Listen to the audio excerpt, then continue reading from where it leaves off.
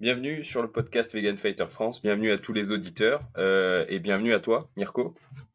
Salut, merci de m'avoir invité, Ah bah avec surtout. grand plaisir. Comme tu le sais, je crois que je te l'avais dit, ça fait longtemps que je veux inviter un représentant du rugby. Hein. C'est un peu un des seuls sports de combat collectifs. Hein. Nous, on est spécialisé dans les sports de combat, en tout cas moi en particulier. J'ai jamais vraiment joué au rugby, à part pour m'amuser, mais jamais en club en tout cas. Est-ce que tu peux te présenter un petit peu pour les auditeurs? Alors, qu'est-ce que je peux dire? Je joue à rugby de l'âge depuis que je suis né. En fait, mon père jouait, il a arrêté quand je suis né. Donc, mon frère a joué aussi au rugby, il a joué à rugby. Donc, je suis né pratiquement dans un terrain de rugby, mais le choix du rugby est venu tout seul. C'est tout l'environnement, la passion qu'il y avait et tout le reste, il m'a conquis de plus jeune âge.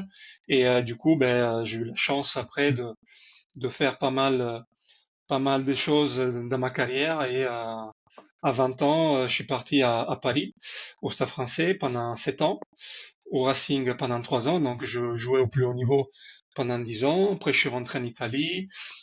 J'ai joué en Italie aussi en haut niveau. Je suis parti aux États-Unis. J'ai joué à 13, j'ai joué à 7. Je fais pas mal d'expériences. Et grâce à toutes ces expériences-là, en 2018, je commençais à entraîner en France. J'ai passé mes diplômes en France, donc aujourd'hui c'est ma 7e saison, je démarre ma 7e saison en France toujours, et, euh, et voilà, et je suis content de pouvoir partager ce que moi j'ai vécu et tout, on va dire tous mes expériences avec les gens d'aujourd'hui, même les moins jeunes.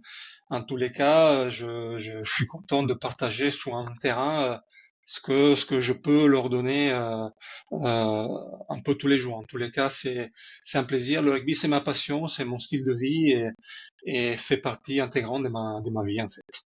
D'accord. Alors, tu as parlé un petit peu de ta carrière en club en tant que joueur. Tu as été aussi international italien pendant plus de 10 ans, ou pendant 10 ans environ, je crois. Ouais, 12 ans de 2000. Non, t'as raison, 10 ans, 2002, 2012. C'est ça, j'ai fait quelques petites recherches quand même. T'as raison, t'as raison.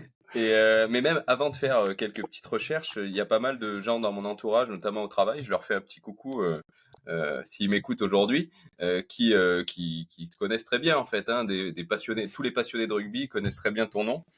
Donc je suis très content de faire cet épisode pour eux, pour ceux qui écoutent, et aussi pour ceux qui s'intéressent pas encore au rugby, comme c'était un peu mon cas il y a quelques temps, pour qu'ils découvrent un petit peu à travers toi cette discipline en même temps que d'aborder le sujet de ton alimentation, hein, parce que on est un peu aussi là pour ça, parce que tu es un phénomène assez rare dans le milieu du rugby, parce que Ouais. d'où ta présence ici sur le podcast, tu es vegan depuis 2012, si Oui, mes recherches sont bonnes. 2013, 2013. On va dire, je fais une transition quand même. Et 2012, en fait, c'est l'année où je me blesse gravement au genou pendant un Mhm. match de rugby, un match international contre l'Australie. C'était fin novembre et j'étais à fin contrat avec mon club, à l'époque le Racing. Et je savais déjà qu'il me conservait pas. Et du coup, il fallait chercher notre club, mais quand tu es blessé, chercher notre club, c'est toujours compliqué. Et j'essayais de trouver quelque chose qui pouvait m'aider, en fait, à récupérer le plus vite possible pour essayer de Excuse-moi, rentrer. c'était quoi la blessure au genou que tu avais? Je me suis cassé la rotule, en fait. J'ai D'accord. cassé la rotule en quatre, soit un Hmm. choc, genou contre genou, c'est la mienne qui a pris. Et du coup, c'est une blessure un peu bizarre parce que c'est dans un endroit où en fait, on plie le genou, donc c'est vraiment à l'intérieur de l'articulation. Et du coup, ça peut aller très vite comme être très lent. Hmm. Euh, ça peut prendre 4 mois avec une ferraille qui te met à l'intérieur. Hmm. Tu peux récupérer et jouer au bout de 3 4 mois. En fait, la ferraille peut te déranger et du coup reprendre au bout de 8 9 mois. Mais Hmm. moi, c'était le deuxième cas. Donc, en D'accord. fait, j'ai pas réussi à rentrer plus vite que je pensais. Et du coup, entre-temps, j'essayais quelque chose et l'alimentation pouvait m'aider aussi à accélérer cette partie. mais en fait, je fais une transition sous, on va dire, cette saison 2012-2013, dans laquelle, euh, on va dire, c'était pas seulement purement médical mon choix, mais c'est devenu éthique après, à fur et à mesure. D'accord, ouais. En fait, c'est ce qui t'a motivé à la base et derrière, tu as fait des recherches qui t'ont confirmé ça sur le plan éthique, quoi. Voilà, en fait, ma femme qui était déjà végane, hein, il m'a Mhm. dit, regarde certains interviews de certains sportifs qui parlent de cette diète, et après tu fais ce que tu veux. Moi, j'ai un peu une mentalité anglo-saxonne, donc quand je dis ça, je garde mon esprit latin, bien entendu, mais j'ai un peu la mentalité anglo-saxonne qui disent, en fait, tu lui donnes une idée, ils font ses recherches, et après ils sont capables de changer de jour au lendemain. En Ah fait, ouais. de, de, s'en fout, en fait, ils s'en foutent du regard des autres, Hmm. et dit, ben, j'essaie, c'est pour mon bien, donc on va voir ce que ça donne. Ils essayent, et après ils voient ce qui se passe. Et le latin a toujours le regard des autres, c'est toujours quelquefois important, même trop. Et, euh, et des fois, tu fais des choix en fonction de ce que les autres pensent. Du coup, moi, je m'en fous complètement de ce qu'ils pensent les autres. Surtout, comme tu disais tout à l'heure, dans un milieu macho, carnivore, entre guillemets, carnivore, Hmm. c'est un gros mot, mais où depuis petit, il te dit que si tu veux être fort, il faut manger de la viande. Euh, après, j'ai quelques anecdotes, je te le dirai après en fonction. Euh, mais euh, mais moi, je m'en foutais en fait. C'est mon bien le plus important. C'est pas ce que les autres pensent ou ce que les autres croient. Sans voir comme moi j'ai fait, je suis allé chercher des infos à droite à gauche. Je me suis fait mon idée. J'ai créé mon équilibre et j'ai trouvé dans cet équilibre mon apaisement mental, physique, avec pas mal des choses positives. Comme je te disais tout à l'heure, en fait, pendant que je faisais cette transition entre guillemets pour mon genou, je fais le lien entre ce que j'avais sous le plat et ce qui était réellement euh, l'animal qui finissait sous mon plat. Et en fait, ça m'a pas plu du tout. Et c'est pour ça qu'après, c'est comme je te disais, c'est devenu plus un choix éthique qui m'a permis de voilà d'être en paix avec moi-même euh, et de réussir à avoir un bénéfice encore plus important de ce qui pouvait m'apporter déjà cette typologie de diète. Oui, bien sûr. Et du coup, parce que ce que tu me décris là, c'est un peu le parcours de beaucoup de véganes, que ce soit des sportifs ou non sportifs. Et parmi les sportifs qu'on a reçus à haut niveau dans les sports de combat, souvent il y a ce côté-là aussi. On est sur des milieux assez machos également, en général. Mais il n'y a pas le côté collectif du rugby. C'est-à-dire que quand tu es un boxeur de haut niveau, bien sûr, il y a des gens autour de toi, mais quelque part, c'est toi la seule star sur le ring, tu vois. Donc, tu souffres peut-être un peu moins du côté social. Dans le milieu du rugby, alors j'ai un très bon ami qui est celui qui m'a donné l'idée de t'interviewer. Donc, je passe un coucou à Yannick. Tu peux lui dire bonjour aussi, ça lui fera plaisir. Salut Yannick, merci déjà Yannick Voilà, d'avoir Yannick, pensé à moi. un grand fan. Et bon, ça a été un petit peu mon agent de recherche hein, pour un rugbyman qui représenterait le rugby sur le podcast Vegan Fighter. Donc, merci à lui. Et, euh, et donc, lui, en fait, il joue au rugby depuis un certain temps. Alors, il est quasiment vegan aujourd'hui. Euh, et bon, je dirais pas qu'il souffre de ça parce que c'est le genre de personne qui, comme toi, bah, s'en fout un petit peu du regard des autres, du moment qu'il est en accord avec ses propres convictions. Mais c'est quelque chose qui est très peu commun, quoi. Hein. On a mis longtemps avant de te trouver, Mirko. Pourtant, tu es là depuis longtemps. Et on n'en a pas trouvé d'autres, je te le dis. Peut-être trop discret, c'est ça mon problème principal, hein. Faudrait Mm. peut-être partager encore plus ce que j'essaie de faire aujourd'hui à travers les réseaux, de m'organiser pour partager un peu, pour donner, je dis pas un coup de main parce que je suis pas diététicienne, médecin ou quoi que ce soit, mais partager mon expérience, peut-être que ça peut faire réfléchir certains et peut-être faire venir faire venir, c'est encore un gros mot, mais faire découvrir, voilà, c'est plus facile, découvrir quelque chose qu'il connaît pas et un monde que des fois est un peu dans laquelle il n'y a pas toutes les informations. Donc il faut partager, comme je partage le rugby, je partage aujourd'hui encore plus dans la partie vegan, donc animal, bien-être animal et tout ça. Donc c'est important de voilà de pouvoir se confronter avec personnes qui ont un regard différent et qui peut-être ils connaissent pas tout le monde. Exactement, bah, c'est pour ça que tu es là aujourd'hui et tous nos autres invités. Notre angle d'attaque, entre guillemets, ici sur Vegan Fighter, c'est de montrer que dans des milieux qui se veulent ultra virilistes par réputation, eh ben, on a des représentants du véganisme en quelque sorte, c'est-à-dire des gens qui ont adopté ce mode de vie et qui a priori le vivent bien. Alors du coup, la question suivante, c'est, tu as commencé ce régime alimentaire pour guérir d'une blessure. Qu'est-ce qui s'est passé par rapport à cette blessure? Et derrière, même en allant plus loin, quels ont été les effets sur ta santé, sur tes performances physiques? En fait, c'était pas forcément pour guérir parce que tu guéris pas en fait seulement avec l'alimentation Non, non, une bien sûr, blessure. pour optimiser les choses, Euh, on va dire. voilà, oui, non, non, mais en fait c'est pour ça que je t'ai dit ça parce que c'était surtout quand je lu certaines choses comme quoi les inflammations étaient moins importantes, qu'on dormait mieux, qu'on avait la possibilité de se réveiller beaucoup plus avec beaucoup plus d'énergie. En fait, pendant ma rééducation, j'avais besoin de tout ça en fait. J'avais besoin de limiter les inflammations parce que quand tu fais une rééducation, forcément, tu amènes ton corps, surtout sur la blessure, à dépasser ses limites et du coup, forcément, à d'avoir des inflammations parce que tu as une opération, parce qu'il y a un problème musculaire, parce qu'il y a quelque chose qui est déjà inflammé et sur laquelle il faut travailler. Donc euh, tout ça m'a permis, le sommeil c'était important parce que ça me permettait de récupérer plus vite, avoir plus d'énergie, ça me permettait de travailler plus. Donc c'est des choses qui m'ont fait dire ben, il faut essayer parce que peut-être ça peut m'amener du bénéfice et peut-être que j'arriverai à récupérer plus vite à rentrer avant la fin de saison pour montrer à tout le monde que je suis encore disponible, que tout va bien, que la blessure je l'ai récupérée, tout ça.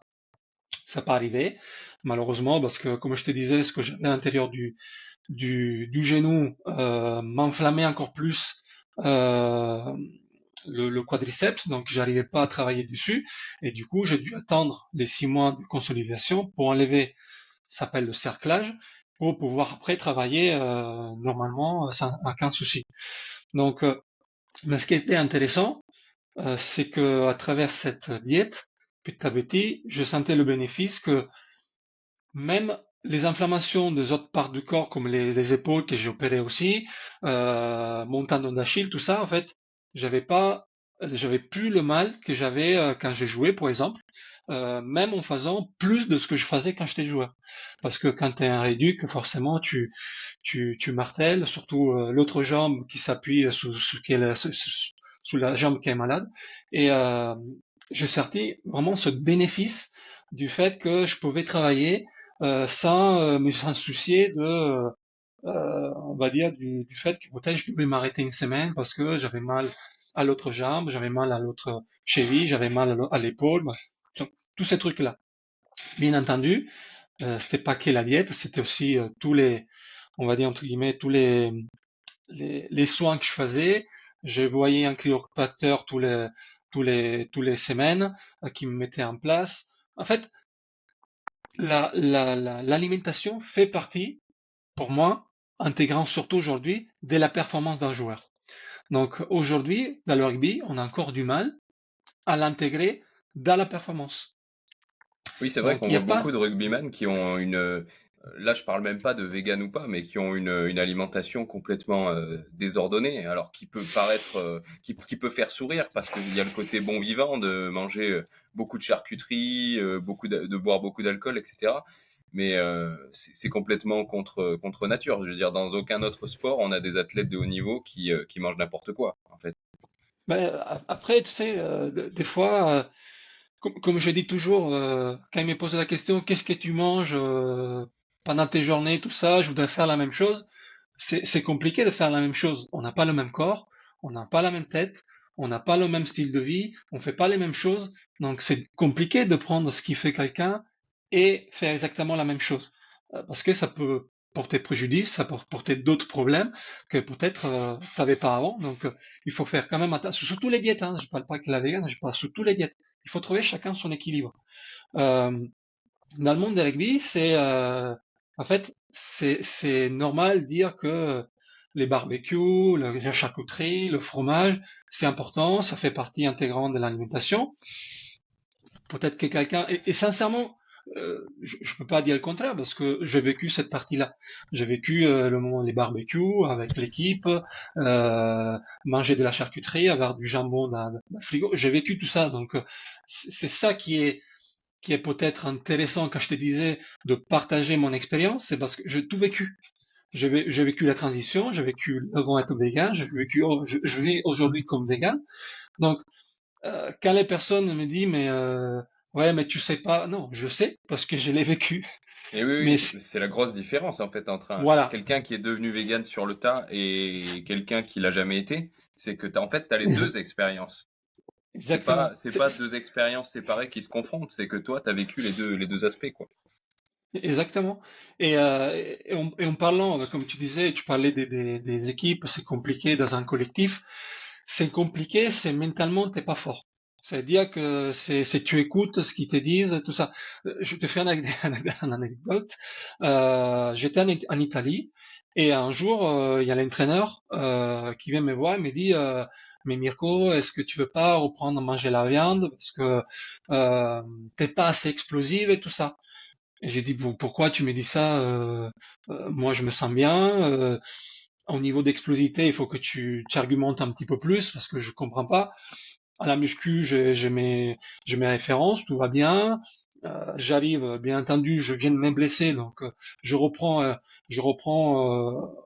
depuis un an, je reprends le rugby et tout ça, donc il faut que je retrouve aussi un rythme et tout ça. Mais pourquoi tu me dis ça? Ah, parce que le préparateur physique m'a dit que t'es pas assez explosif, tout ça. Donc, il appelle le préparateur physique, il me dit non, ça va bien parce que la viande, ça permettra d'être plus explosif, tout ça. Et j'ai dit peut-être c'est pas la viande qu'il me faut, peut-être il me faut un autre entraînement pour être plus explosif. Toi, je dis moi je peux me mettre en question, mais il faut te mettre en question aussi. Ouais, en fait, le Euh, véganisme, c'est la solution facile à expliquer tous les problèmes, quoi, en fait. Exactement. Mais en fait, qu'est-ce que c'est la difficulté sur un collectif? C'est que quand tu es dans un sport individuel, ben, ils sont concentrés que sur toi. Donc forcément, même le prépa, la préparation physique, pour être adapté à ce que tu fais. Soit un collectif, des fois, il n'y a pas le temps de se concentrer sur une personne, mais il faut généraliser. À l'époque, on généralisait, en fait, on créait une séance de muscu pour tout le monde. Ouais, ouais. Chose Ça qu'aujourd'hui n'a pas de commence à sens changer. aujourd'hui, hein. Mhm. Aujourd'hui, il y a moins de sens parce que ils savent qu'on est tous différents, donc on a besoin des fois d'avoir des protocoles différents des autres. Bah, même Donc peut-être, outre les différences individuelles entre toi et un autre joueur qui aurait exactement le même poste que toi, au rugby, alors pardonne-moi si je me trompe, mais il y a des physiques quand même différents en fonction des postes sur le terrain. Donc oui, forcément, tu peux pas t'entraîner de la même façon quand tu fais 120 kilos que quand t'en fais 70 ou 80, quoi. exactement. Non, non, mais c'est exactement ça. Ce que j'essayais de leur dire il y a aujourd'hui plus de 10 ans. Donc, mais que voilà, c'est quand tu veux pas écouter, quand, Mm. comme tu dis, le véganisme, c'est un, on va dire, un échappatoire à tous les problèmes, malheureusement, ça arrive. C'est le joueur qui prend tout, en fait. C'est le joueur Mm. qui n'empathie. Mais bon, c'est comme ça. Mais heureusement, d'un mon côté, je pas besoin. J'étais convaincu de ce que je faisais. Je me sentais bien. Mes performances étaient liées aussi à ma blessure d'avant, donc il fallait un peu plus de temps pour revenir à mon niveau. Mais voilà, l'autre chose aussi, c'est les joueurs, ils se moquaient de moi parce que c'était facile. Mais moi, j'ai rigolé avec eux. Moi, je pas de problème. Ça me dérange pas. Ça fait partie d'un collectif. Tu te moques, tu rigoles, tu réponds. Voilà, c'est l'amitié même. Hein. C'est pas un problème. Ce Ouais. qui me faisait après sourire, c'est que certains, après, ils venaient me voir, me dire, je voudrais enlever le jambon sous ma collation de mi-après-midi, qu'est-ce que je pourrais manger à la place, qu'est-ce que tu manges, est-ce que tu peux me donner quelques conseils?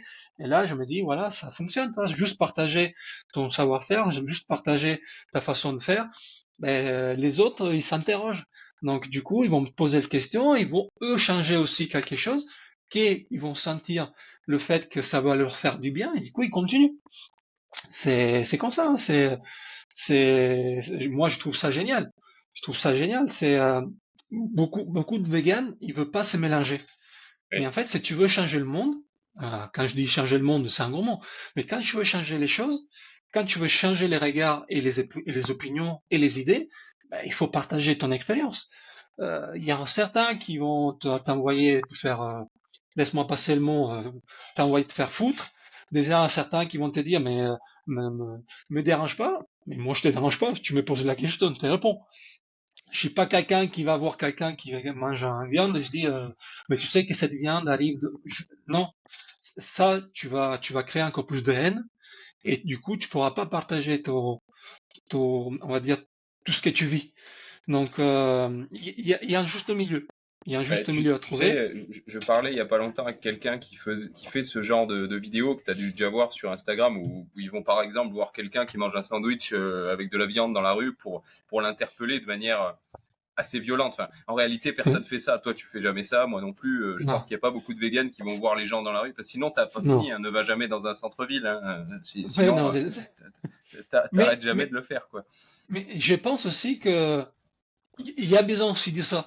Ça veut dire que il y a besoin aussi d'une certaine manière. Je dis pas violent, hein, je parle pas de la violence. Mais toi, comment ça s'appelle, les activistes, par exemple, qui vont dans les sociétés à libérer les chiens qui sont utilisés pour faire ou les rats ou qui sont utilisés pour faire les expérimentations en général, tout ça, toi il faut ces gens-là. Ils les font parce que moi, je pense que je serais pas capable aujourd'hui.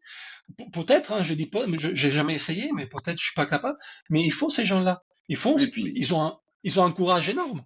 oui, ils Donc ont participé à te convaincre aussi, quelque part, parce qu'on a tous oui, vu les vidéos qui viennent exactement. de ces Ouais, actions-là. Et cette personne qui fait ces actions dans la rue, qui va voir les gens qui sont en train de manger de la viande, par exemple, me disait qu'en fait, ils font ça pour créer une vidéo sur ouais, les réseaux sociaux qui va faire réfléchir d'autres personnes. Le but n'est pas de convaincre la personne qui est en train de manger son sandwich, parce que ça, c'est ouais, utopique. Le gars, il est déjà en train de manger son sandwich, tu vas pas le convaincre et il va pas le jeter à la poubelle. Ce serait même pas dans nos propres valeurs que un gars qui est en train de manger un animal, des morceaux d'animaux morts, le jette à la poubelle et le gaspille. Je veux dire, ouais, c'est ça. toi-même, je sais pas si tu m'as dit que tu avais fait un an de transition. J'imagine que tu as vidé ton frigo progressivement, quoi. T'as pas à un moment donné ouvert le Oui, frigo et tout mis à la poubelle, quoi. il y avait déjà des choses que j'avais limitées ou arrêtées même, Mm, dans les produits laitiers, par exemple. mm. Parce que déjà à l'époque, avant d'être vegan ou de penser être vegan, j'avais limité énormément, quasiment enlevé complètement de ma diète. Et après, petit à petit, j'ai enlevé la viande rouge, j'ai enlevé la viande blanche, j'ai enlevé le poisson, j'ai enlevé tous les produits dérivés. Mais entre-temps, je continuais à m'informer. Tu vois, il y a plein de choses, pardon, il y a plein de choses à pouvoir, sous laquelle on a des réponses et pas des réponses. Comme les œufs de la voisine, qui a que des poules, qui a pas le coq, du coup ils sont pas fécondés, qui mangent un certain nombre d'œufs parce qu'ils ont des vitamines, mais les autres ils font quoi, toi? Il y a plein de choses. Je me questionne encore aujourd'hui. Est-ce que il y a certains dérivés qu'on peut manger ou pas manger, machin. Tant que j'ai pas la réponse ou je suis pas convaincu, je le ferai pas. Mais toi, je trouve qu'il faut pas rester Ah, mais fermé je dans suis ces. tout à fait d'accord avec toi. Il y en a beaucoup qui utilisent un petit peu ces situations qui sont des exceptions. Tu vois, Ouais, les œufs de la voisine qui sont pas fécondés, dire la plupart des gens qui mangent des œufs régulièrement, peut-être qu'ils en mangent un comme ça de temps en temps, mais ça ouais. représente un faible pourcentage de leur Oui, consommation. voilà, Donc, exactement. en fait, le combat ne se joue pas là-dessus. Et ça, c'est un message qu'on a déjà passé aux véganes qui nous écoutent. Ça sert à rien de cibler à mort ce genre de comportement-là. Si on a une personne qui a un mode de vie qu'on pourrait qualifier de vegan complètement et qui de temps en temps mange des œufs non fécondés de sa voisine, eh ben peut-être que c'est pas cette personne-là qu'il faut pointer du doigt. Tu vois ce que je veux Oui, bien dire? sûr. Cette personne-là, elle est entre guillemets dans notre camp. Ça Oui, sert à mais rien de se surtout, diviser, quoi. Pour ça si serait peu, j'ai envie intér- de dire. c'est intéressant que tout le monde, ceux qui sont en train de faire la transition ou qui mangent des œufs, qui aillent chercher les œufs de la voisine et pas des œufs industriels, des élevages intensifs et tout ça. Le jour qu'on aura cette transition-là, là, on est en train de gagner. Aujourd'hui, Bien sûr. malheureusement, on n'y gagne pas parce que la plupart des, comme tu dis, la plupart des personnes aujourd'hui vont au supermarché, ils achètent ci et ça, et c'est ça qu'il faut changer. C'est comme je dis toujours, c'est la qualité de la nourriture qui va faire la différence, au-delà de ce que tu manges. Mais c'est la qualité de ce que tu manges. Parce que la chance que j'ai eue moi depuis petit, c'est qu'une partie de ma famille, côté mon père, c'est des fermiers. Donc tout ce que je mangeais, fermiers. Alors c'est pas vrai, c'est pas de fermiers, mais ils habitaient à la campagne, ils avaient une ferme, ils avaient leurs vaches, ils avaient leurs cochons, ils avaient leurs poules, tout ce qui était, on va dire, tout ce qu'ils produisaient à l'intérieur, c'était familial. C'était, ils produisaient pas des salamis, des jambons, tout ça, euh, des steaks, ils utilisaient pas pour les vendre. Ils les distribuaient à la famille. Donc tu savais ce qu'ils mangeaient, tu savais comment ils vivaient. Oui, il y a la violence de tuer l'animal, ça c'est sûr et certain. Et j'ai vécu ça aussi. Hein. J'ai vécu, j'allais avec mon grand-père tuait le cochon. Les cris du cochon, je me le rappelle. J'ai vu beaucoup de choses. Tuer la poule pour la manger, tout ça. J'ai tout vécu. Donc je sais de ce quoi je parle. Et mais en fait, si j'ai réfléchi à la qualité de ce que je mangeais, c'est de la qualité, seulement qui mange, entre guillemets, de la viande de sa propre ferme, c'est ce que c'est. Donc, ce qui manque aujourd'hui, c'est la qualité. Mais on parle des végétaux, hein. On parle pas que de la viande. Des végétaux aussi. La qualité des Bien sûr. végétaux, les pesticides, les machins, tout le monde est concerné. Donc, ce que je dis toujours, c'est la qualité. Ce qui me fait rigoler, je fais une autre anecdote. J'étais dans une, une émission de télé et il y a une fille qui dit, on parlait, il y avait vegan, non vegan, tout ça, donc il y avait on va dire une confrontation et il y a une fille qui dit, mon grand-père a 90 ans, il est en pleine santé, il a toujours mangé de la viande. Et ça. Stop, attention. La viande que ton grand-père il y a 90 ans mangeait, c'est pas la viande que tu manges aujourd'hui. Ça, Donc c'est sûr. attention, voilà, il faut faire une différence. Et ton grand-père, pendant la guerre, il mangeait la viande pas, il mangeait pas la viande tous les jours, il mangeait peut-être une, deux fois par mois, et encore, c'était une fois par mois. Parce que mes grands-parents, qui mangeaient la viande, ma grand-mère pouvait tuer n'importe quel animal avec ses mains parce qu'il a vécu comme ça et il a toujours vu de cette culture, euh, il mangeait la viande peut-être une fois par mois. Donc en fait, il faut quand même faire bien bien équilibrer toutes les informations et pas les mélanger avec ce qu'ils vivaient, ce qu'ils allaient vivre les années 20, 1920 et ce qu'on vit aujourd'hui en 2020. Donc c'est pas la même chose. Donc C'est c'est sûr. très important de faire la différence quand même. Ceux qui auront 90 ans dans 50 ans ne seront pas dans le même état que ceux qui avaient 90 ans il y a 50 ans, quoi. Ça, c'est sûr et certain, Exactement. Je pense en tous les cas. clairement. Du coup, ouais, voilà, si on pouvait retenir un message, voilà, c'est essayer, c'est ce que tu as dit, je trouve que c'est assez fort, c'est ne pas chercher forcément à rester entre véganes convaincus, même si ça fait toujours plaisir hein, d'être avec des gens qui Oui, partagent nos convictions, notamment en couple. Tu disais que ta femme était végane, la mienne aussi, c'est quand même vachement plus pratique à la maison de oui, partager les mêmes convictions. Parfois, dans la famille, ça peut être compliqué. Moi, j'ai la chance d'avoir mon cercle familial proche qui est devenu vegan aussi. Je sais que c'est pas le cas pour certains de nos auditeurs, donc force à vous. Mais c'est pas forcément un problème, comme tu l'as dit. Tes camarades, les autres joueurs de ton équipe, c'est aussi un peu des amis pour toi. Et pourtant, ça t'empêchait pas de partager des bons moments avec eux et de faire passer petit à petit des messages. Et ces messages-là, ils sont super importants Moi, c'est pareil aussi dans les sports de combat. Je veux dire, tout le monde ne devient pas forcément vegan autour de toi, mais si déjà ils acceptent l'idée, ils vont peut-être une fois de temps en temps au restaurant choisir l'option vegan, ce qui est déjà quelque chose de compliqué pour beaucoup. Hein, quand ils arrivent au restaurant, le choix entre leur gros burger avec 2 steaks hachés de viande de bœuf, ils ont du mal à ne plus le faire, on va dire. Et quand parfois tu vois qu'ils se disent bah tiens je vais essayer. Après tout je côtoie ce mec, il est vegan depuis tout ce temps, il arrête pas de nous en parler. Allez j'essaye. Ben, c'est déjà une petite victoire, même si la personne ne change pas complètement son mode de vie. Au moins c'est devenu quelque chose de possible pour cette personne. Et à partir du moment où c'est possible, hein, c'est pas toi que je l'apprends. Souvent la première limite c'est on se dit c'est pas possible. C'est-à-dire, tu as dû à un moment donné, au début de ta réflexion, pendant tes recherches, te dire je vais devenir tout maigre, par exemple, ou ce genre de choses.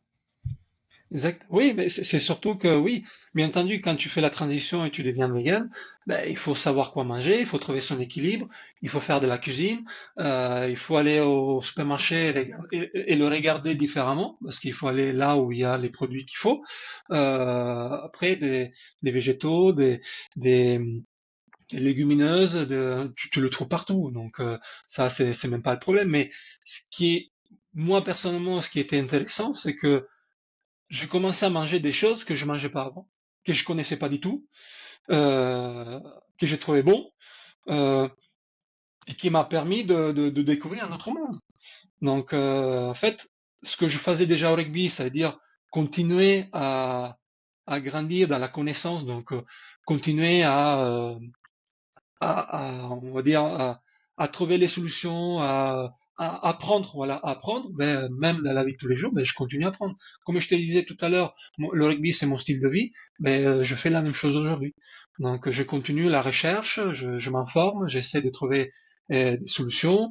Euh, Surtout aujourd'hui je suis, on va dire, je reste sportif, mais je suis entraîneur, donc j'ai un style de vie différent de quand j'étais joueur.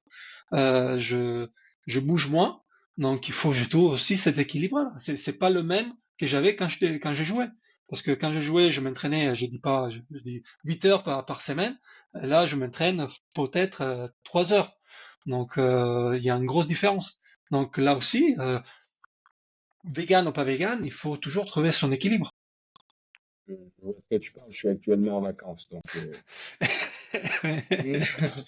tu as compris le concept, quoi. Hein. Oui, oui, bah ouais, ouais, Tu c'est pour manges ça. Mais il plus, tu faut. t'entraînes moins. Je suis vegan Voilà. aussi. Je vois tout de suite la différence. Hein, c'est normal. Quand on est habitué à un volume d'entraînement élevé, eh ben, faut faire attention, quoi, quand ça baisse. Non, mais Bien voilà, sûr. mais si tu manges des pizzas, des focaccia, des pâtes tous les jours, vegan ou pas vegan, tu grossis. Bien sûr, c'est une question de calories C'est, à un moment donné. c'est une question. Voilà. Donc Hmm. il faut juste être honnête avec soi-même et c'est tous les problématiques qu'il y a sous les diètes et tout ça, c'est parce que certaines fois on n'est pas équilibré. Donc il n'y a pas le vegan ou pas vegan, machin, c'est on n'est pas équilibré. On n'a pas un style équilibré. Ça nous apporte parce qu'on a tous des problèmes, tous différents, et des fois on se refuge derrière la nourriture, végétale ou pas, ça peut créer des problèmes si c'est pas fait un monde équilibré. C'est pour ça que beaucoup de fois qu'ils me posent des questions, ils me demandent qu'est-ce que je dois manger et tout ça. Je dis moi je suis pas diététicien, je suis pas médecin. Il y a plein de des gens qui ont cette diplôme-là et cette connaissance-là. Et je pense que si vous voulez faire ça changement avec quelqu'un, c'est avec un professionnel. Moi, je peux vous donner mon expérience, mais mon expérience, c'est pas peut-être quelque chose que vous pouvez suivre parce qu'on n'a pas le même style de vie. Donc, je dis tout le temps, allez vers les professionnels, trouvez le bon, allez vers ce professionnel. Moi, j'ai des noms, allez vers le bon, et après, on verra. Et après, vous verrez avec quelque chose d'équilibré, parce qu'il faut trouver, même quand tu vas chez le diététicien, il faut trouver l'équilibre. Le diététicien, il ne vous connaît pas. Donc, il faut qu'il vous connaisse pour vous donner quelque chose qui soit équilibré pour votre vie en général. Alors, ces noms-là m'intéressent, hein, si tu veux bien me les donner par Ouais, la suite, parce que ça peut être des gens très intéressants à interviewer ici. Surtout j'imagine que tu parles de nutritionnistes ou de diététiciens spécialisés ou qui connaissent en tout cas l'alimentation végétale suffisamment pour accompagner quelqu'un dans une transition, par exemple. Euh, la question, c'est parmi ces gens qui te posent des questions, justement, qui te demandent un petit peu quelle est ta diète pour essayer de la reproduire, est-ce qu'il y a des gens qui sont parmi les gens que tu entraînes? Euh, Pas forcément. Ils sont curieux. Ils sont curieux.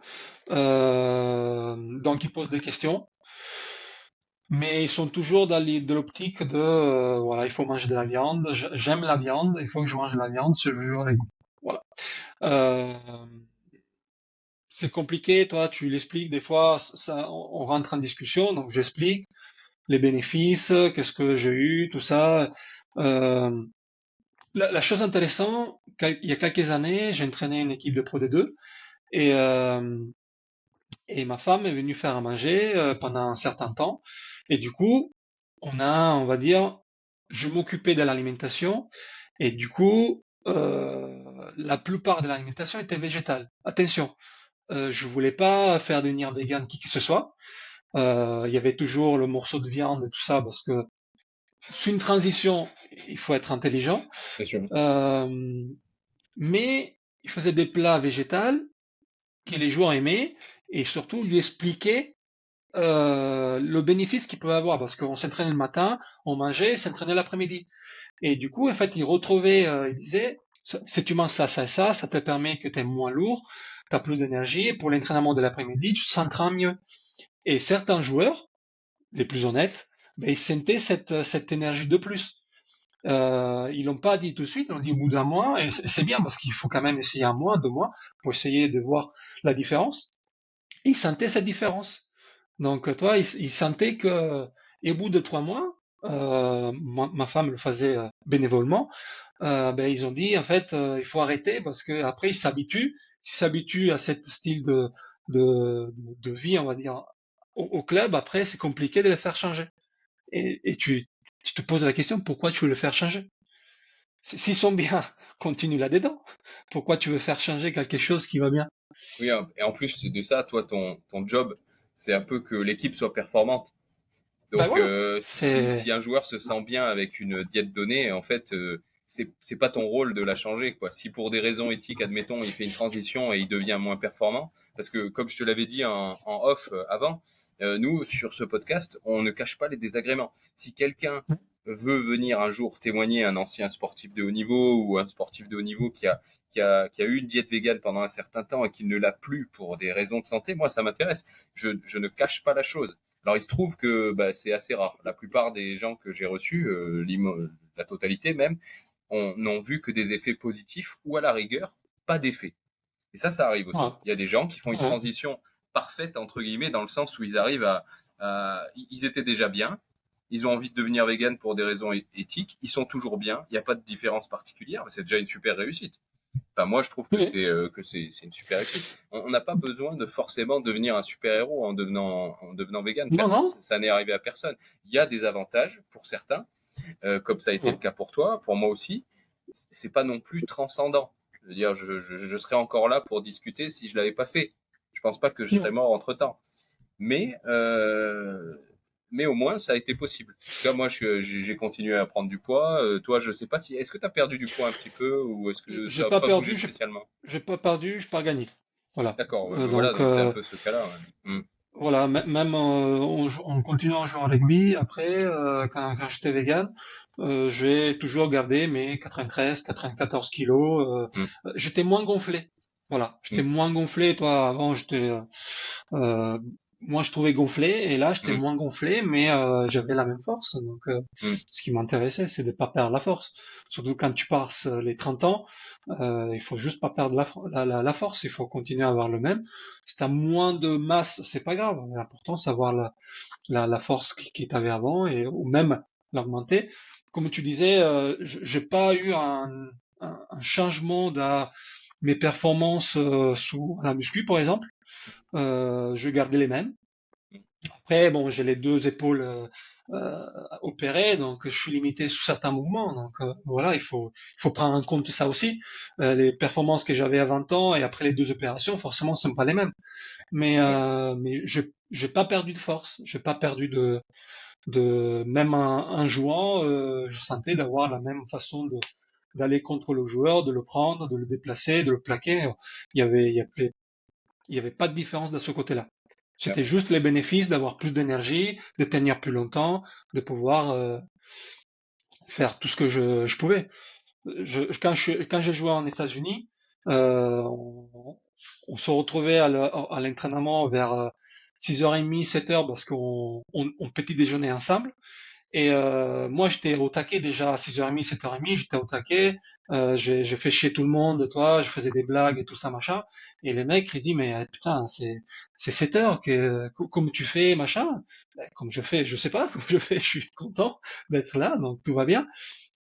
Et s'il posait, toi, il me regardait, putain, mais tu manges que des légumes et tout ça, et t'as cette force-là. Mais déjà, je mange pas que des légumes, mais je mange plein d'autres Ouais. choses. Et et je me rappelle sous le test physique qu'on avait fait à début de saison, je suis arrivé deuxième ou troisième. Moi, j'avais 30 quelques années, j'étais un des plus vieux par rapport à tous les jeunes qu'il y avait. J'étais deuxième, troisième, j'étais vegan. Toi, l'Américain se posait la question. Toi, il se moquait pas. Donc, il était intéressé. Il dit pourquoi lui, toi, oui, il est joueur de haut niveau, mais bon, il a eu une Est-ce que grosse tu as trouvé blessure. la mentalité américaine un peu différente vis-à-vis de ça, un peu Oui, plus pragmatique? oui, oui, oui. C'est beaucoup plus d'un questionnement, beaucoup plus respectueux, surtout. Euh, pour te dire, quand on partait en déplacement, moi j'avais un doggy bag avec de la nourriture dedans Ouais. par rapport aux autres, parce que j'étais vegan, et du coup, dans leur tête, il fallait que je mange plus. Tu vois. Et Ouais. donc après, petit à petit, j'expliquais les choses. Mais quand, par exemple, en Italie, la collation pendant les journées d'entraînement, ben, il y avait jamais rien pour moi. Il y avait du parmesan, des yaourts, rien d'autre, et des fruits. Donc oui, je mangeais des fruits, et c'est tout. Ouais. Donc, je me manais. Non, mais c'est ça. Après, c'est toujours le respect qui est là pour la personne. Euh, et en Italie, je trouvais pas mal de obstacles à cette façon de vivre que j'avais en fait. Et chose que j'ai pas trouvé par exemple en France ou aux États-Unis, euh, même en Angleterre. Ben, je suis allé dernièrement la semaine dernière en Angleterre pour un match de qualitatif et pour de la sensibilisation sur tous les changements de l'environnement et tout ça. Et il y a une équipe qui s'appelle Green Gazelle, qui est c'est une équipe à invitation pour seulement des joueurs véganes. Quand tu dis équipe en C'est invitation, ça veut dire que ce sont des joueurs qui jouent pas toute l'année, c'est ponctuel non, pour non, des événements? exactement. C'est Ok. comme, tu sais, comme les équipes à 7, les équipes, Ouais. ils font pas mal de tournois. Il y a pas mal d'équipes Mm. qui invitent des joueurs des fois de tout le monde Ouais. ils font des tournois à droite à gauche. Mm. Ils te payent le voyage, euh, Bien sûr. ils payent le voyage, sur place, l'hôtel et tout ça machin. Et tu joues pour eux. Euh, D'accord. Et les Green Gazelles, c'est la même chose. Ils payent rien parce qu'aujourd'hui c'est encore petit, Mm. mais ils invitent des joueurs qui sont véganes à venir jouer des matchs qualitatifs comme ceux de dimanche dernier, euh, ou des tournois 7 pour voilà montrer que l'athlète vegan est pas un athlète faible. Aujourd'hui, attention, l'équipe, à son invitation, aujourd'hui, les joueurs de haut niveau, c'est compliqué qu'ils puissent répondre à cette invitation parce que t'es pas encore les Barbarians. Tu vois. Donc les Barbarians, aujourd'hui, ils ont un statut comme quoi jouer pour les Barbarians, c'est quelque chose Ouais. d'important. Les équipes, ils y comprennent pas encore. Donc, il peut pas envoyer un joueur de niveau parce qu'ils ont peur qu'il se blesse ou quoi que ce soit. Donc, il y a du boulot derrière. Mais Et pourtant, c'est, mais moi, j'aime bien est-ce qu'il y l'idée. en a, est-ce qu'il y a des joueurs de haut niveau Ouais. qui ont ce mode de vie mais qui ne le disent pas? Alors, à ma connaissance, j'ai pas des noms. Euh, il doit y en avoir quelques-unes en Angleterre, c'est sûr et certain. Après, il y a un certain qui le disent pas. J'avais entendu je me rappelle pas le nom, un athlète qui jouait à 7 pour la France, euh, il a pas dit qu'il est vegan, mais il a fait comprendre qu'il avait enlevé pas mal de choses, les produits laitiers, la viande rouge, il y avait voilà, il mangeait beaucoup de parties végétales. Moi, en étant vegan, j'ai compris que je pense qu'il était vegan, mais qu'il voulait pas leur dire ou dire à tout le monde qu'il était vegan et qu'il avait cette parce que pour peur de demain il est pas performant, ben ils vont me mettre sous le fait qu'il est vegan. Ouais, bien sûr. Ce Euh, qui, comme tu l'as dit, est réaliste, quoi. Il faut voilà. être vachement Euh, fort mentalement pour s'y Exactement. opposer. Parce que ce soit sur le ton de la blague ou sérieusement, enfin, tous ceux qui font du sport vegan à un niveau amateur ou professionnel, ils ont déjà vécu ces remarques-là, que ce Ouais, soit ouais. de leurs entraîneurs ou de leurs partenaires d'entraînement. À un moment donné, dès que tu as une baisse de performance, bah, vas-y, mange de la viande. Ça, Voilà, oui, s'il c'est y en a ça. Mais qui nous écoutent, qui font ce genre de vannes, hein, arrêtez, vous nous emmerdez quand même. Mais, ouais, ben mais, c'est sûr. J'avais lu une interview de Hamilton, le pilote, et qui ouais. disait qu'il a attendu 1 an pour dire qu'il était vegan, parce qu'il voulait gagner le championnat, et après dire que voilà, tu peux avoir un style comme ça et gagner, être champion du monde sans problème. Mais il a raison, Donc, il y a des sponsors qui auraient été capables de le lâcher en route, en fait. ouais, c'est Parce que exactement, c'est vrai, hein. Ah ouais. C'est exactement. regrettable, mais c'est vrai. Tu parlais juste des Green Gazelle Rugby. Ouais. Toi, tu as été invité en tant que coach par cette équipe également. Ouais. Donc là, tu as participé. Est-ce que tu peux nous en parler un petit peu de Oui, l'événement ben, et il, il, l'équipe? il voulait que je joue. Et j'ai dit, bon, à Ouais. 41 ans, je lâche parce que je suis pas prêt pour jouer un match de rugby. Euh, mais euh, mais ça fait 4 5 ans qu'il me demande d'y aller. Mais après, ça dépend toujours quand c'est le match et tout ça, parce que malheureusement, avec les rendez-vous qu'on a, c'est compliqué aussi de bouger. Euh, mais ils le font depuis 4 5 ans, je pense. Et en fait, ils créent une journée où ils ont on va dire je pas le nom, mais un summit, je sais pas comment on dit en français, euh, une conférence, voilà, où par exemple la conférence de ce dimanche c'était sur l'environnement. Donc ils ont invité des personnes qui travaillent à l'intérieur qui s'intéressent à le changement de l'environnement et ils essaient d'amener leur expérience et tout ça. Et c'est intéressant parce que tu as des points de vue différents sur les changements climatiques, toujours dans le sport. Voilà. C'est centré sur le sport, tous les changements qu'on peut avoir dans le sport et tout ça. Et entre-temps, tu as ce qu'ils appellent eux un éco-village, où tu as des stands avec différentes choses, de la bouffe, euh, des, euh, des associations, voilà, il y a pas mal de choses tout autour du terrain. Et du coup, tu découvres, tu n'es pas vegan, des choses peut-être que tu connaissais pas, qui sont intéressantes, partagées, comme ils font un tiramisu vegan, par exemple, comme ils font une pizza vegan, comme ils font, je sais pas, des pâtisseries véganes, comme ils font l'association qui s'occupe des animaux, de quoi s'occupe. Voilà, il y a plein de choses. C'est vraiment un après-midi où tu peux avoir pas mal d'informations. Il y a des vêtements, des produits de maquillage. Il y avait tout. Il y avait plein de choses.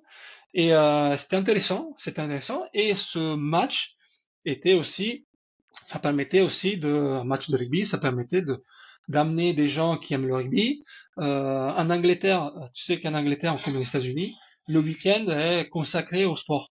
Donc, la plupart des fois, la plupart des personnes vont supporter l'équipe de leur village, de leur ville. Ils mettent le maillot, ils vont. Qui soit le rugby, le foot, le football américain, je sais pas, n'importe Ouais, quel, qu'ils soient quel sport. en première division nationale ou pas Voilà, du tout, quoi, ou très amateur, quoi. exactement. Hmm. Et du coup, et du coup, quand il y a un match de rugby, ben, forcément, ils sont curieux. Et nous, on était à Richmond. Et du coup, il y avait plus de 1000 personnes, sûrement, dans les tribunes à voir le match. Et du coup, qui ont pu découvrir cette partie qui peut-être connaissaient pas. Donc, c'est une façon aussi on va dire, de donner deux points de vue différents et de faire réfléchir peut-être les autres personnes.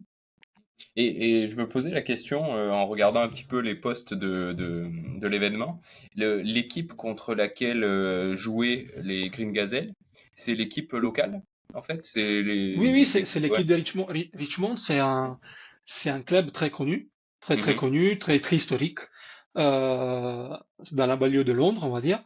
Et, et en fait, ils ont 4-5 équipes qui jouent seniors. Voilà, 4-5 Mhm. équipes seniors. Parce qu'en fait, j'ai un pote qui entraîne là-bas, qui est italien. Il m'expliquait en fait en Angleterre, ils aiment bien avoir des gros effectifs et que ce gros effectif, en fait, une partie ne joue pas le week-end. Culturellement, pour l'anglais, il faut que tout le monde aille son opportunité de jouer le week-end. N'importe avec la première, la deuxième, la troisième, la quatrième équipe, c'est pas grave. Mais il doit jouer. Et après, en fait, tu peux faire jouer en quatrième équipe et Ouais, peut-être que être d'équipe. bon et jouer en deuxième. Donc, en fait, ils ont 50 joueurs et sous les 50, il faut et la fédération est sensible à cette partie-là. Et du coup, Richmond a quatre équipes, si je me trompe pas, quatre ou cinq équipes. Et nous, on a joué avec un mix entre la deuxième et la troisième. Donc voilà, c'était en sachant qu'on avait des joueurs qui avaient joué le jour avant, donc le samedi, des joueurs qui avaient joué pour rugby, des joueurs qui jouaient en full clos. Voilà, c'est un mix. Après, pour aller chercher, tu avais trois joueurs qui n'ont pas pu venir, qui ont décliné le jour avant le match. Donc malheureusement, on était court sur l'effectif, surtout devant. On a eu des blessures, malheureusement. Donc on a perdu le capitaine au bout de 10 minutes, on a perdu un pilier au bout de 15. Donc pas des blessures, voilà, pas besoin de civière ou quoi que ce soit, mais des blessures, une entorse de la cheville, une grosse béquille, toi, c'est des trucs malheureusement que ça arrive dans un match de rugby. Du coup, on était un peu diminué aussi en cours de match, mais bon, c'est comme ça, ça fait partie de la vie d'une équipe et tu fais avec. Mais j'ai trouvé l'idée très intéressante. Euh, et le fait de partager voilà un point de vue différent avec des personnes qui dans un milieu comme parlait tout à l'heure qui est assez on va dire macho et que peut-être ils comprennent que voilà c'est il y a pas de souci de ce côté-là. Et ce qui est drôle drôle qui fait sourire, c'est que quand t'as des joueurs véganes qui jouent mais qui même ils jouent il y avait un pilier qui avait joué qui avait fait son dernier match il y a 4 ans pour te dire, qui est resté Ouais. dans le milieu, mais qui jouait pas. Tu vois, qui jouait pas, il jouait pour juste à toucher, ou il jouait avec les copains et tout ça, mais rien de, et qui s'est envoyé comme un fou, des mecs qui, en troisième ligne, qui pèsent 90 kilos, même pas, 85 kilos, mais qui est juste le fait de montrer à tout le monde que même en étant vegan, il peut être fort. Et je pense qu'il a fait 35 plaquages dans le match, tu vois. Ouais. Donc, Ça donne une motivation particulière. voilà, ça donne une motivation particulière. Donc, je trouve ça génial et fier du fait de partager cette expérience avec eux. Ah bah, en tout cas, c'est une super initiative. Enfin, nous, on aime beaucoup ça. Avec Ben, avec qui on a créé Vegan Fighter, quand on va sur les compétitions, on met toujours le t-shirt avec le logo, avec écrit Vegan Fighter, comme ça. Et même s'il y a deux, trois personnes qui nous posent des questions, c'est toujours deux, trois personnes à qui on va parler du concept et qui vont peut-être en reparler, chez qui ça va peut-être faire naître une vocation ou pas du tout. Peu importe, mais c'est toujours bien. Et on s'est déjà dit qu'il faudrait qu'on soit plus nombreux quand on va sur des compétitions, que ce soit du jiu-jitsu brésilien, de boxe, etc. Si on arrive à monter des petites équipes, parce qu'il y en a un petit peu de partout. Les gens font les déplacements pour ce genre de compétition. Tu sais, parfois il y a des coupes de France. Il y a une coupe de France à Marseille en novembre en jiu-jitsu brésilien à laquelle je vais participer. Donc je passe l'appel aux auditeurs qui pratiquent parce qu'il y en a. Inscrivez-vous, quel que soit votre niveau, ceinture blanche, ceinture bleue, violette, baron, noir, peu importe. Venez à la Coupe de France. Je vous filerai des t-shirts et on pourra représenter l'équipe Vegan Fighter si vous voulez. C'est Mais oui, ça. c'est génial, quoi. Ça donne une motivation particulière. Et en même temps, il n'y a pas grand-chose à perdre, tu vois. C'est-à-dire que même si tu perds le match, tu perds le combat, tu perds la compétition, tu as montré que tu étais là, que tu étais à ta place, c'est déjà un message fort pour les gens qui regardent et qui suivent cette histoire-là. D'ailleurs, comment s'est passé le match au final? Vraiment savoir le score. Non. Non, mais en Non, même temps, c'était, attends, pour l'excuse quand même, on parle d'une équipe qui est formée au dernier moment oui, pour oui, jouer voilà. contre des gens qui se connaissent, voilà. On est là pour partager ce moment. C'est un moment de partage de rugby. Voilà, le discours est très simple, hein. Le discours, c'est s'amuser avec ses potes. On joue en rugby, c'est le plus important. Donc c'est un moment où il faut se sentir bien et c'est tout. C'est pas une obligation. on te met pas au pistolet et tu dois jouer pour cette équipe. Non, pas du tout. C'est tout le monde est clair sur ça. Ça c'est on s'amuse ensemble, c'est tout. Au-delà du score, on n'a pas une équipe, c'est pas une équipe qui a joué ensemble, comme tu dis, pendant 6 mois, ou qui a fait une préparation ensemble. On s'est retrouvés à 11 heures du matin, on a fait un entraînement tous ensemble d'1 heure, on a fait l'échauffement, on a joué, c'est tout. On Ouais. a mis en place 2, 3 bricoles. Euh, J'étais l'adjoint d'une fille qui était head coach pour ce journée-là, qui est aussi végane, et que voilà, et qui a partagé son savoir-faire avec un regard différent. Et voilà, c'est tout. C'était génial. Moi, en tous les cas, c'est une journée très riche pour apprendre des choses et partager aussi mon expérience, parce qu'après tu parles avec les autres, comment t'es arrivé à être vegan, qu'est-ce que tu fais, comment tu fais, où tu travailles, comment tu travailles. Voilà, pour moi, c'est génial. C'est génial. Écoute, Mirko, il nous reste 5 minutes. J'ai deux choses à voir avec toi. La première, c'est déjà, bah, aujourd'hui, tu es entraîneur à Limoges, si je me trompe Oui. pas. Non, non, c'est ça. Donc, je sais pas si tu t'y sens bien. Est-ce que ton projet, c'est d'y rester? Alors attention, hein, je veux pas te mettre en porte-à-faux, mais quels Non, non, sont un non, peu non, tes non, projets, non. que ce J'ai, soit professionnel ou même personnel, rien à voir avec le sport? Quels sont tes projets un petit peu actuellement? non, non, j'ai souri parce que c'était une saison très compliquée l'année dernière. C'était pas compliqué forcément à cause seulement des résultats, c'était à cause de dirigeants et de culture de club qui étaient assez particuliers et surtout négatifs sous certains points. Cette année a beaucoup changé, donc on changé mon rôle aussi. Donc j'ai plus un rôle de décisionnaire, mais j'ai un rôle juste d'entraîneur. Euh, je te dis ça parce que je me suis toujours dit quand je suis devenu entraîneur, déjà j'ai essayé, ça m'a plu, c'est pour ça qu'aujourd'hui je continue, c'est que je veux aller au plus haut niveau. Voilà, je veux aller au plus haut niveau. J'ai goûté un petit peu 2 ans en deuxième division française, en Pro D2, donc je sais un peu ce que ça veut dire. Je l'ai vécu en tant que joueur, donc je sais ce que je peux apporter, je sais ce que je peux amener. Aujourd'hui c'est compliqué parce qu'il faut beaucoup connaître et espérer que il y a. C'est moche à dire hein, que quelqu'un se casse la gueule pour prendre sa place. Malheureusement, quand t'es entraîneur, c'est comme ça. Tu le souhaites à personne, hein, mais malheureusement, c'est quelqu'un, il est plus bien dans un quelque part, ben, tu as une possibilité d'intégrer. En tous les cas, je cherche encore cette possibilité d'intégrer un staff de niveau, en top 14, en Pro D2. Mais je me suis dit, si je dois entraîner plus bas niveau, entre guillemets, entre la troisième ou quatrième ou cinquième division, je veux avoir un poste de responsabilité parce que je veux grandir comme entraîneur, je veux grandir comme manager, je veux faire on va dire faire on va dire, mon chemin pour devenir encore plus grand, venir encore plus formé, me former encore plus, tant que, par exemple, je fais un DU de prépa mentale parce que c'est quelque chose qui est intéressant et qui peut apporter à ma connaissance du rugby. Et puis tout le monde en Euh, parle en ce moment. Tous les sportifs veulent faire appel à un préparateur mental. c'est quelqu'un qui t'accompagne. C'est pas quelqu'un qui t'impose quelque chose. Hmm. C'est quelqu'un qui t'accompagne dans ta performance. Donc, il va t'aider non, aider, c'est pas, il va te suivre, il va t'accompagner dans ta préparation pour essayer que tu sois plus performant après sur tes compétitions. Voilà, c'est juste un appui en plus que tu peux avoir. Et du coup, quand tu veux être champion du monde, quand tu veux arriver être à des résultats importants, même pas un champion du monde, parce que les résultats, des fois, c'est juste faire la marathon. Marathon, sous un certain temps, ça, c'est déjà un objectif. Donc, cette personne va t'accompagner pour que tu puisses arriver à tes objectifs, ou t'aider à construire tes objectifs. Donc, je me forme comme entraîneur parce que je pense que j'ai quelque chose à donner. Donc aujourd'hui, je suis à Limoges. J'avais signé 2 ans l'année dernière. J'ai ma deuxième saison. Je la fais à fond parce que je suis comme ça. Je suis rancunière de personnes et sous mon boulot, je suis très professionnel. Qu'est-ce qui se passera la saison prochaine? J'ai aucune idée.